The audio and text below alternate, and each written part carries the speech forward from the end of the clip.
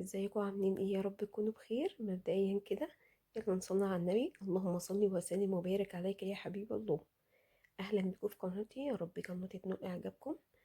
النهارده بقى هنعمل صينيه الرقاق الناشف بجد بطريقه سهله جدا ما فيهاش ولا غلطه. هتعجبك جدا وهتنجح معاك ان شاء الله من اول مره. بصوا، صينيه رقاق والله العظيم ما فيها ولا غلطه، في نفس الوقت طريه وفي نفس الوقت مقرمشه. حاجه كده فظيعه بجد. شايفين الطبقات بتاعها؟ انا هعملها 8 طبقات، 4 طبقات من فوق و4 طبقات من تحت. بصوا، بصوا طريقة قد ايه وفي نفس الوقت مقرمشة. يلا بينا نشوف حضرناها ازاي مع بعض. اول حاجة هنا معايا 8 من الرقاق الناشف، 8 وحدات من الرقاق الناشف. هحط 4 من تحت و4 من فوق. ومعايا لحمة معصجة، نص كيلو لحمة معصجة. ومعايا سمنة. والشوربة طبعا سخنة، لازم تكون بتغلي. زي ما انتوا شايفين كده هدهن الصينية كده سمنة.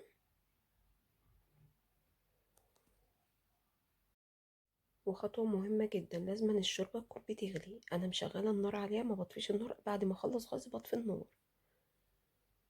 اهو باخد بالحبة الصغيرة في الحلة كده وبيخلصوا وبجيب غيرهم عشان ما يبردوش مني. اهو كده زي ما انتوا شايفين، بلتها كده بالشرب زي ما انتوا شايفين. ما تخلوهاش تتبل قوي منكم عشان ما يتعجنش منكم. اهو حطيت اول رقاقة كده من تحت زي ما انتوا شايفين، دهنت الصينية سمنة. وكل طبقة رقاقة هدهنها من السمنة كده دهنة بسيطة جدا. اهو الطبقة التانية زي ما انتوا شايفين كده، هرش عليها شوربة زي ما انتوا شايفين. طريقة سهلة جدا ومبتاخدش اي وقت خالص، وهتنجح معاك ان شاء الله من اول مرة.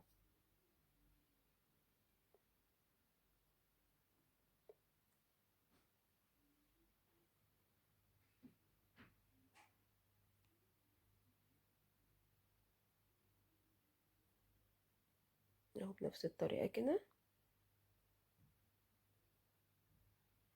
وادهن على الوش بتاع الرقاقة سمنة.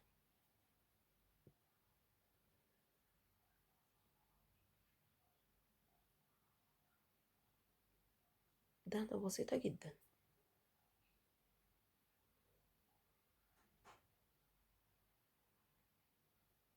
هنا حطيت 4 طبقات.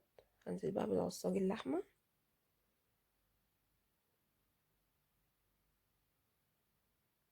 العصاج اللحمة جبت 4 بصلات كده مفرومين، دبلتهم على النار كده ونزلت باللحمة ونزلت بقرن فلفل حامي كده حسب الرغبة. هعمل بقى الطبقة اللي من فوق زي ما انتوا شايفين كده بنفس الطريقة.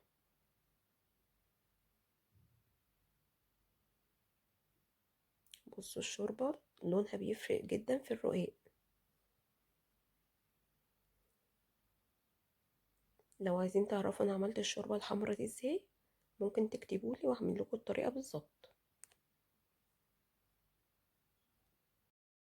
يا ريت بقى ما تنسيش اللايك والاشتراك في القناة.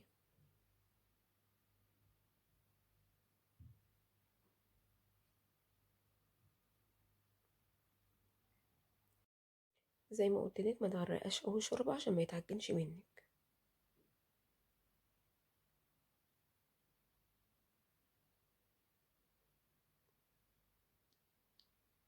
ودهنة من السمنة كده، ما استخدمتش سمنة كتير خالص عشان ما تبقاش دسمة.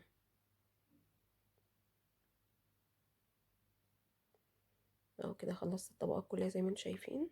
هدهن بقى على الوش كده سمنة وابتدي اقطعها. خليكي لازم كده تكون حريصة وانت السكينة اللي بتقطعي بتقطعي بيها تكون عشان حامية ما عشان تتبهدلش الصينية منك. ما تتبهدلش منك.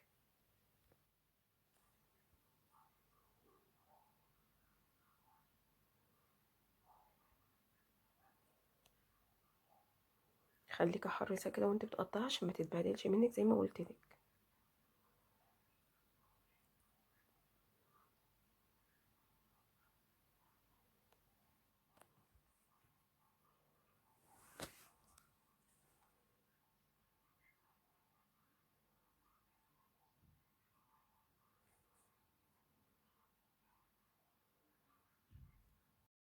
قطعيها بقى بحرص كده عشان ما تتبهدلش منك. وهجيب نص كوبايه من اللبن، عليها رشه من الملح ورشه من الفلفل الاسود. بقى اللبن وادخلها الفرن، الفرن مسخناه من قبلها ومشغلها تحت وفوق. وخطوه مهمه جدا، لما تخرج معاك من الفرن لازم تغطيها عشان ما تنشفش منك.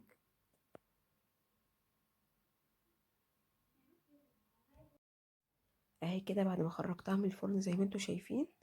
بصوا حاجه كده طريه وفي نفس الوقت مقرمشه، بجد جميله جدا، ريحتها قلبت البيت. اتمنى تنال اعجابكم. لو عجبتكم بقى يا ريت ما تنسونيش في اللايك والشير وسبسكرايب للقناه، ونتقابل في فيديو جديد ان شاء الله.